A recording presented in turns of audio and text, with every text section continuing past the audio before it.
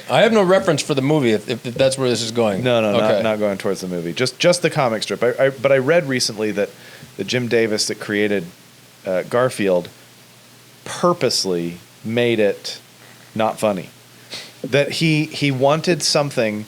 He as opposed to say Bill Watterson with Calvin and Hobbes, who wanted to merchandise it zero. The guy that made Garfield wanted to merchandise it. Period. That's all he wanted to do. He just wanted something that would go big, and so he was like, well, if I'm too funny, I won't be funny to everybody.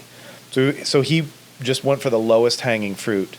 And this is all based on something I read, so maybe it's not true, and I hope I'm not slandering this guy, but he was like, oh, everybody hates Mondays, so we'll just make a cat that hates Mondays. He wants to sleep all the time. He likes lasagna. These are all things that, everybody can relate to.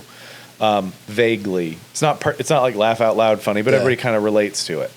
So that was the whole shtick. And I feel like that's what's happening a lot nowadays with these big movies is they're so desperately trying to appeal to everybody, and therefore they can offend nobody.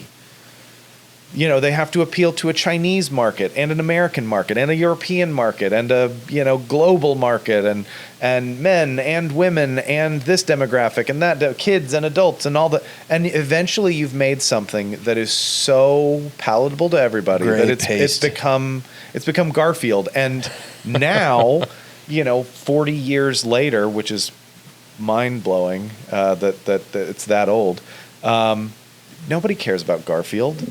But I still love Calvin and Hobbes, and I meet people every day that care about Calvin and Hobbes. And lasagna is great, so can't knock. Or Far Side or Peanuts, those things. Those have stood the test of time much more than Garfield has. Again, not a knock. This isn't a knock on Garfield. If that was that guy's goal, kudos to him because he nailed it.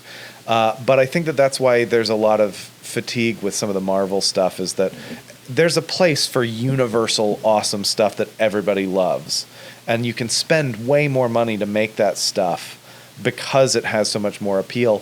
But that doesn't mean we shouldn't make the smaller budget movies that have a little bit smaller of an appeal, a little bit smaller of a base audience, but that it really is so much more meaningful to that audience. And I think people are really craving that.